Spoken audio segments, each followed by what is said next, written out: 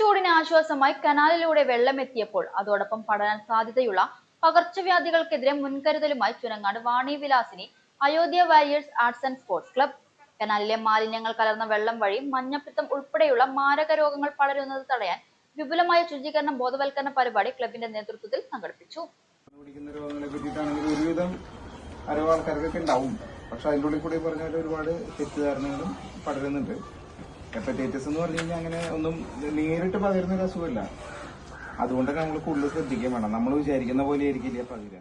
പരിപാടിയുടെ ഉദ്ഘാടനം വരോട് മെഡിക്കൽ സെന്ററിലെ ഡോക്ടർ ഗൗതം ശർമ്മ നിർവഹിച്ചു.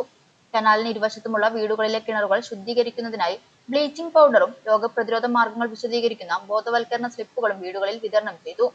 കൊടും ചൂടിൽ കനാൽ വെള്ളം വലിയ ആശ്വാസമാണെങ്കിലും ശുചിത്വം പാലിച്ചില്ലെങ്കിൽ അത് വലിയ ആരോഗ്യ പ്രശ്നങ്ങളിലേക്ക് നയിക്കുമെന്ന് ഡോക്ടർ ഗൗതം ശർമ്മ ഓർമ്മിപ്പിച്ചു. ക്ലബ് ഭാരവാഹികളും പ്രവർത്തകരും വീടുതോറും കയറി ബ്ലീച്ചിംഗ് പൗഡർ ഉപയോഗിക്കേണ്ട രീതിയെക്കുറിച്ച് വിശദീകരിച്ചു നൽകി.